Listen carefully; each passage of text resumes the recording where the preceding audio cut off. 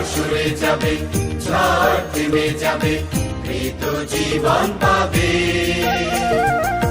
দুঃখ চলে যাবে, হতাশা দূরে রবে, বেদনা থেমে যাবে।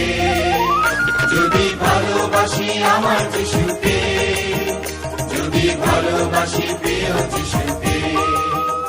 শান্তিরাজেশ্বর প্রভু যীশু খ্রিস্টের নামে আন্তরিক অভিবাদন।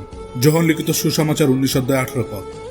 তথায় তাহারা তাহাকে ক্রুশে দিল, এবং তাহার সহিত আরো 2 জনকে দিল, 2 পার্শ্বে 2 জনকে, ও মধ্যস্থানে যিশুকে।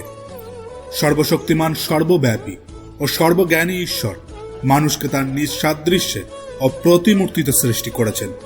ঈশ্বর তার প্রাণবায়ুকে মানুষের মধ্যে দিয়ে মাটির পুতুল থেকে মানুষকে সজীব বানিয়েছেন।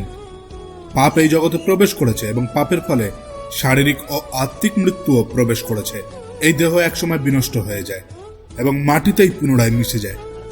কিন্তু আত্মার কি হবে? যার পাপ ঈশ্বর ক্ষমা করেননি, তাকে অনন্ত নরকে যেতে হবে, কারণ সে পাপের ক্ষমা তার কাছে যাচ্ছা করেনি।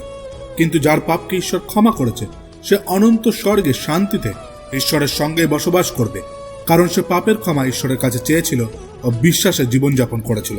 আজ আপনার পাপও ক্ষমা হতে পারে যদি আপনি প্রভু যীশু খ্রিস্টের উপরে বিশ্বাস রাখেন, তার মৃত্যু ও পুনরুত্থানকে বিশ্বাস করে তাকে আপনার উদ্ধারকর্তা এবং প্রভু রূপে স্বীকার করে নেন, কারণ তিনি আপনার জন্য নিজের জীবনকে বলিদান করেছেন ও মুক্তির মূল্যকে চুকিয়েছেন। তিনি নির্দোষ ছিলেন, কিন্তু আপনার পাপের জন্য আপনাকে উদ্ধার করবার জন্য অপরাধীদের সঙ্গে গণিত হলেন।